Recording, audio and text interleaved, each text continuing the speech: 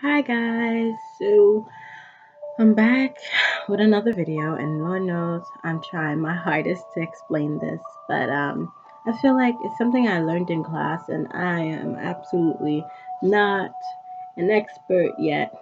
I hope to be one day, but I'm definitely not an expert yet. But I do, I did learn it, and I feel like I could share it, and maybe you could even look into it a lot more.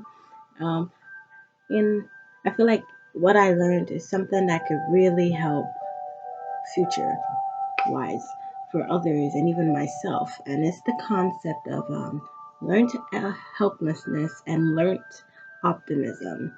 So, what is learned helplessness? And I have a definition beside me. It just says the role of beliefs in learning. I'm not even sure if I finished writing down the whole definition or I just scribbled down something. But I'm gonna explain it in my own words. Basically, learned helplessness is when I feel like a person gets into a situation or position where they have absolutely no control.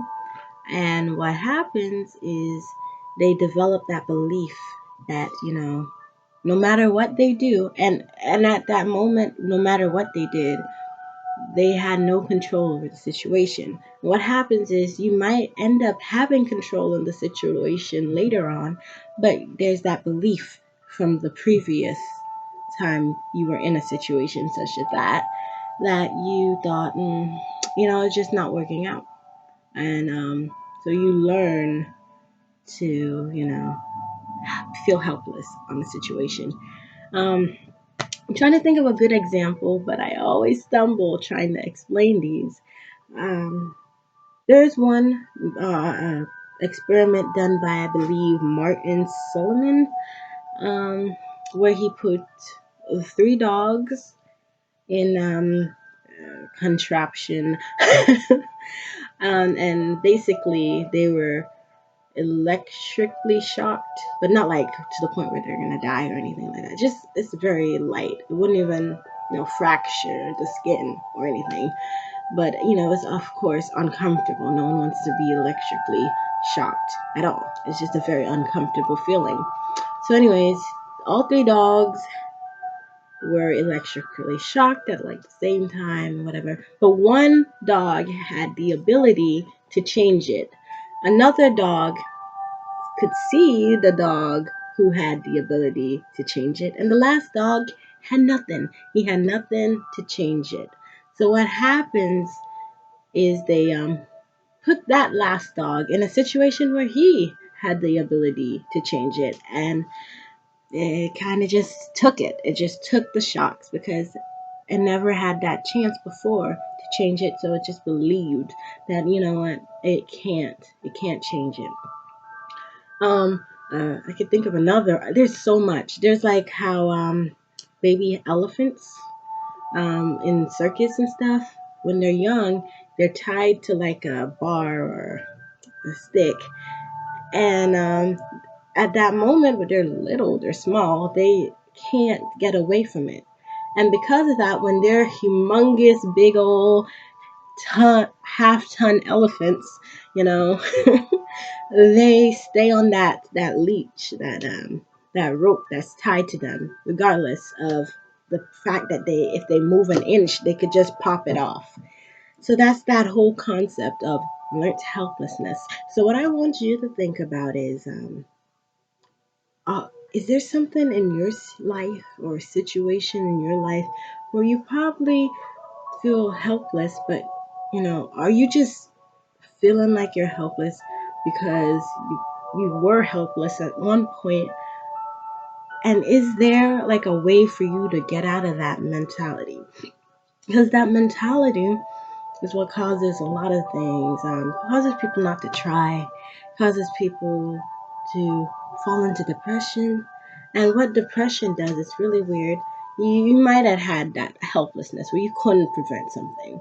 And so the next time you say, you know what, I can't do this. And what happens is because you said you can't, you experience more failure.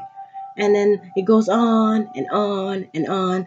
And it's like a downward spiral that's just out of control. So, anyways, that's learned helplessness, but there is a thing called learned optimism.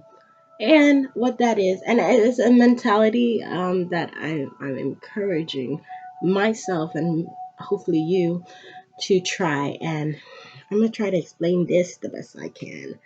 Um, and basically, when something bad happens, and even if you had no control or anything, you learn. You try to find another way out, another way to attack it, and you expect a good outcome in the end. So of course you know what pessimism, and I probably said that wrong, and optimism is. So optimism, you have a positive outlook on things.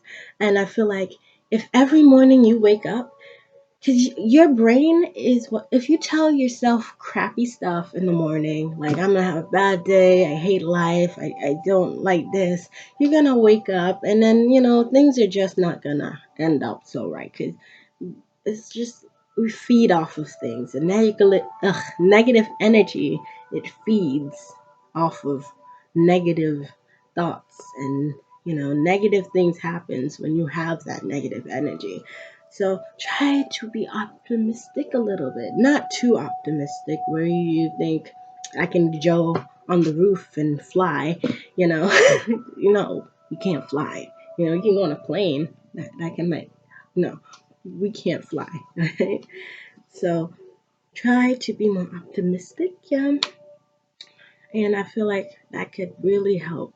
Next time you wake up, or today, just right now, tell yourself, you know what? The rest of my day is going to be a fabulous.